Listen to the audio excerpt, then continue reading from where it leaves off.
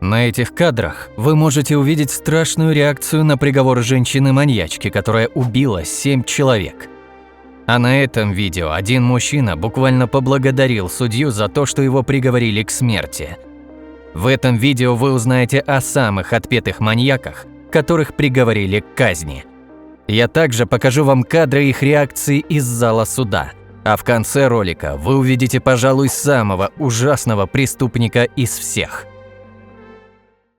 Первым преступником, о котором я бы хотел вам рассказать, стал Маркит Ллойд.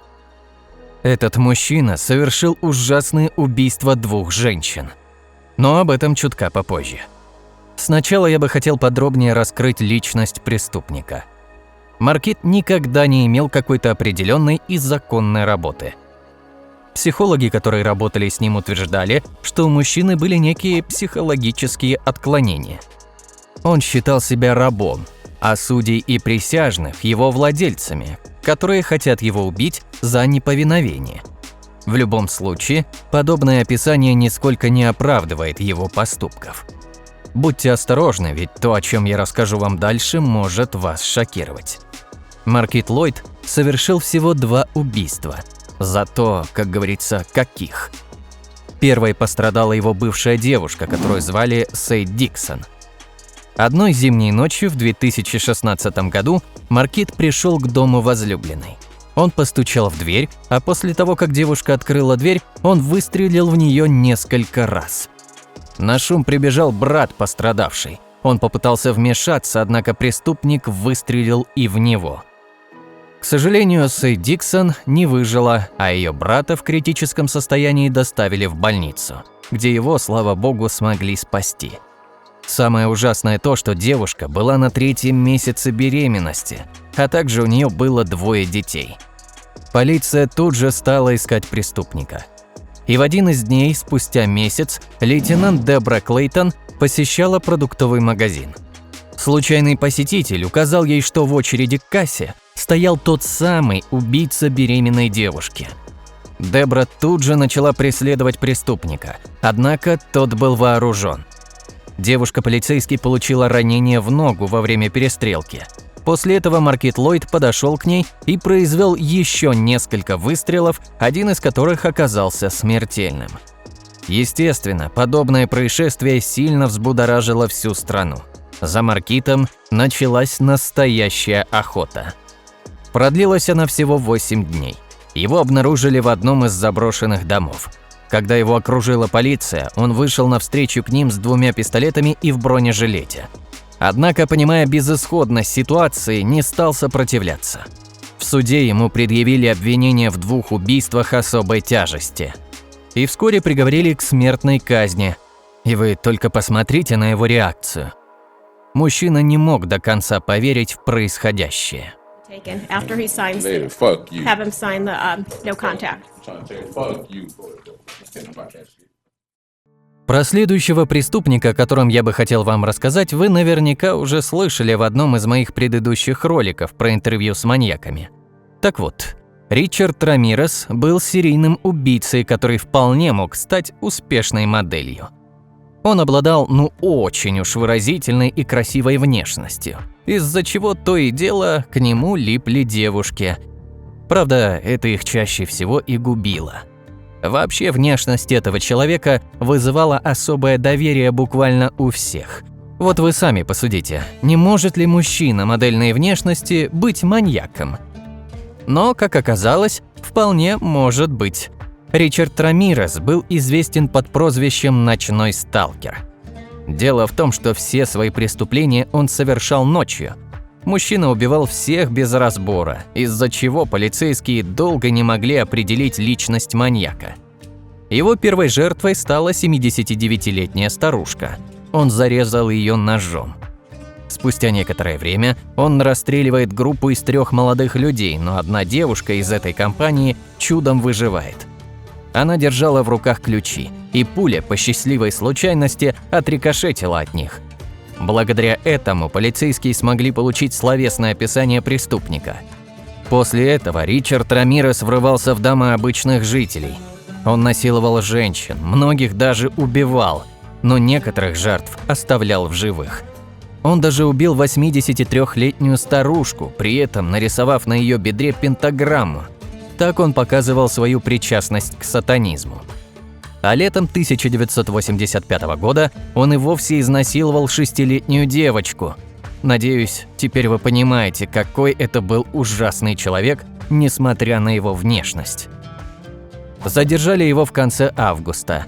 Одна из жертв, которая выжила при нападении, смогла описать автомобиль, на котором он скрылся. Там обнаружили отпечатки пальцев Ричарда, а также некоторых жертв. В это время Рамирес был за границей и не знал о том, что его уже объявили в розыск. По приезду он отправился в магазин за продуктами. Там его и поймали. А вскоре приговорили к смертной казни.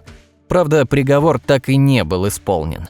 Ричард Рамирес отсидел в тюрьме 28 лет в ожидании казни, но умер от печёночной недостаточности в 2013 году в возрасте 53 лет. Но то, какая у него была реакция на смертельный приговор, просто поражает.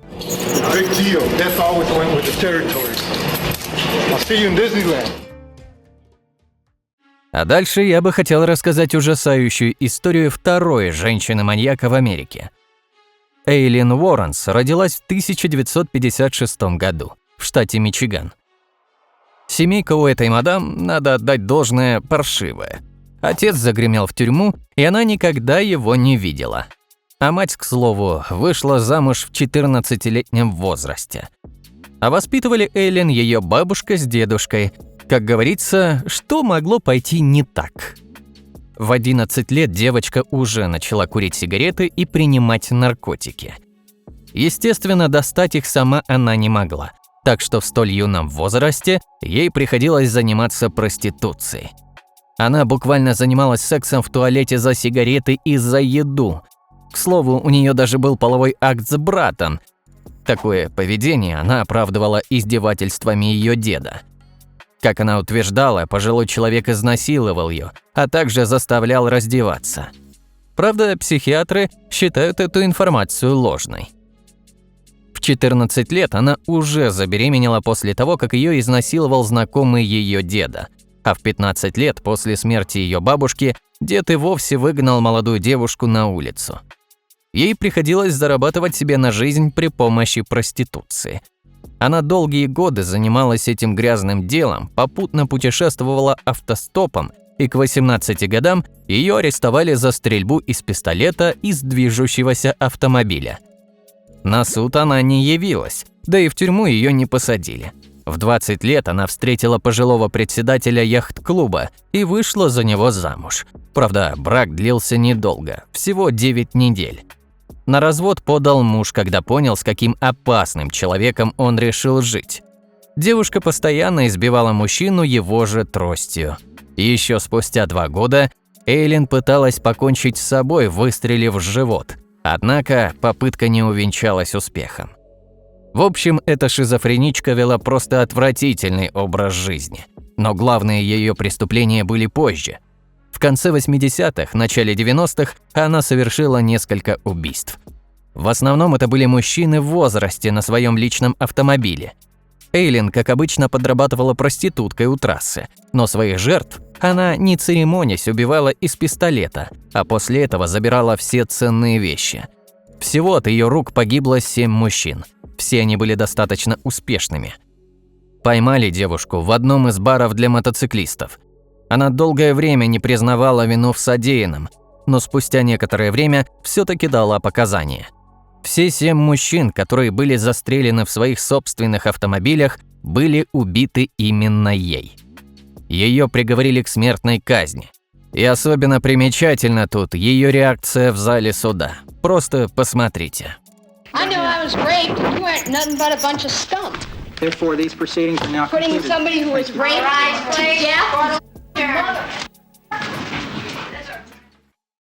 Следующий преступник также ужасен, как и предыдущие. Но я крайне сильно удивлен тому, какое наказание ему избрали.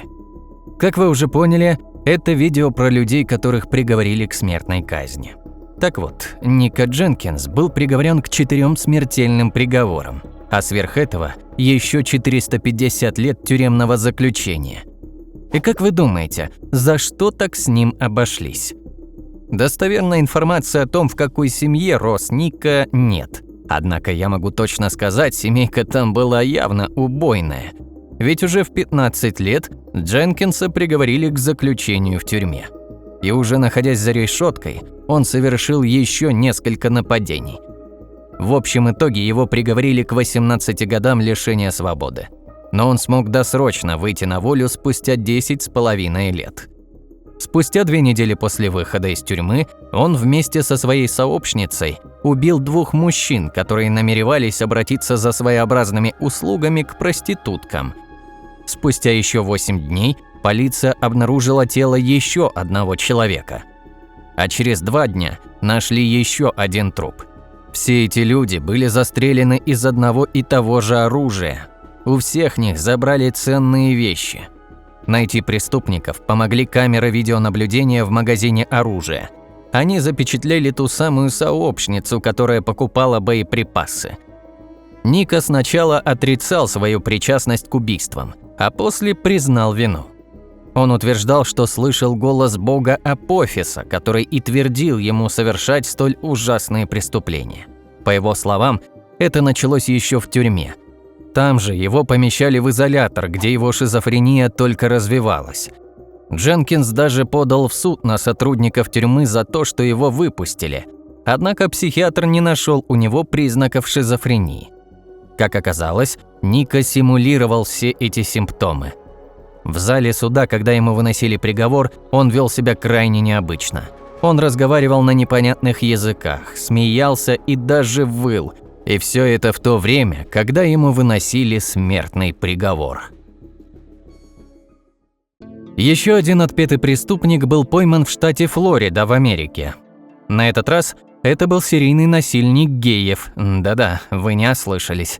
Такие индивиды тоже бывают.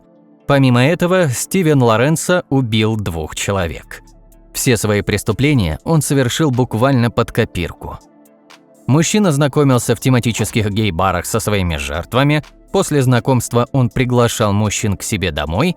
Там Стивен подсыпал жертвам наркотик, а после того, как они теряли сознание, насиловал их.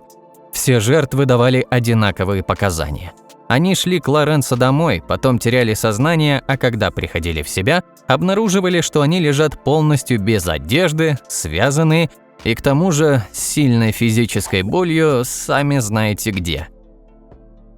Но куда более поражающее меня преступление он совершил в 2003 году. Стивен познакомился в интернете с подельником Скоттом Швейкертом, с которым он и совершил одно из самых зверских убийств. Вместе они решили воплотить самые ужасные фантазии преступников. Лоренцо встретился со своей будущей жертвой, Джейсоном, в одном из баров. После этого он пригласил его к себе, где, как вы могли понять, мужчину и убили. Но самое ужасное было дальше.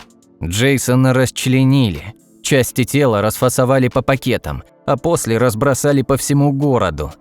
На следующую ночь произошло еще одно преступление. На этот раз жертву накачали наркотиками и точно так же убили. Правда, избавляться от улик Стивен не планировал. Он просто завернул труп в простыню и оставил лежать его в своем джипе. За такие ужасные преступления Стивена Лоренцо приговорили к смерти. На заседании суда можно увидеть, пожалуй, самую ужасную реакцию из всех, которые сегодня я показывал. На слова судьи о том, что он приговаривает Стивена к смерти, Лоренцо просто его поблагодарил.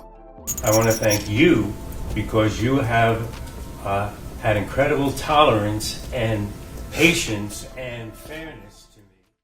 А как вы думаете, может ли пропаганда привести человека к нарушению закона? Лично я в этом уверен на все 100%. И ярким тому примером служит Фрейзер Глен Миллер. Этот дед в свои 70 с лишним лет убил человека. К слову, в Америке его и вовсе считали террористом. Почему? Тут нужно остановиться подробнее. Глен даже не получил среднего образования, так как он бросил школу и пошел в армию. Там он прослужил 20 лет и в это же время познакомился с белой расистской политикой. Позже его уволили из армии как раз из-за распространения российской пропаганды. В 1980 году он основал свою собственную секту Ку-Клукс-Клана. Если кто-то не знает, это такие организации, которые охотятся на афроамериканцев и не считают их людьми. Так вот, помимо российских высказываний, Гленн придерживался и нацистских взглядов. Он долгие годы призывал людей к убийствам во имя арийского бога. Он открыто заявлял, что всех афроамериканцев, евреев, гомосексуалистов и других предателей белой расы нужно убивать. В итоге Миллера посадили в тюрьму на 3 года за такие высказывания. Мягко отделался, я вам скажу. За такие высказывания сейчас его бы буквально стерли с лица земли. Но, забегая вперед, смертельного приговора ему не удалось избежать. Дело в том, что Гленн совершил вооруженное нападение на еврейский общественный центр. Он устроил там стрельбу из пистолета, в результате которой погиб 1 человек. В итоге Миллер оказался на скамье подсудимых. Его поведение там еще больше пугает меня. Ведь он прямо говорил о том, что он поддерживает нацистов и других расистов. А после того, как его приговорили к смертной казни, он и вовсе сказал одну пугающую и очень знаменитую фразу из времен Второй мировой войны.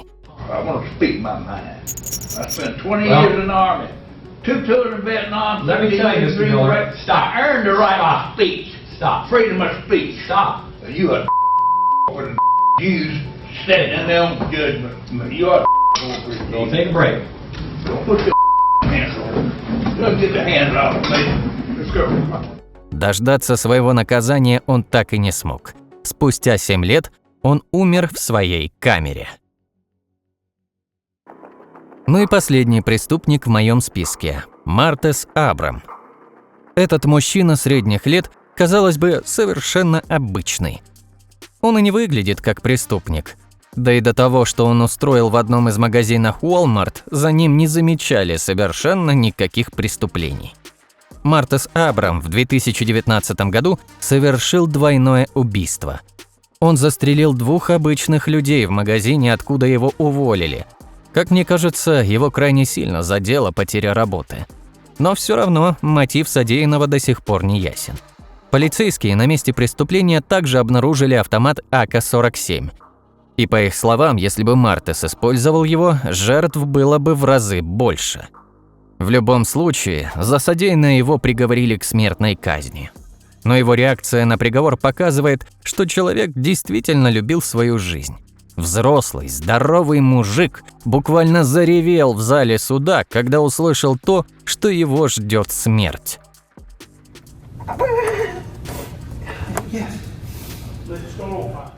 Друзья, у вас есть возможность попасть в команду Pancake. Если вы владеете навыками видеомонтажа, можете озвучивать ролики на русском и английском языках, или же вы пишете интересные сценарии, мы будем рады с вами поработать. Пишите в нашего телеграм-бота, ссылка в описании. В этом видео я показал и рассказал вам самые интересные реакции преступников в момент, когда их приговаривали к смертной казни. А как вы думаете, такая мера наказания оправдана? Делитесь своими мыслями в комментариях. Спасибо за просмотр, подписывайтесь на канал и ставьте лайки этому видео, и до встречи в следующих видеороликах. Пока!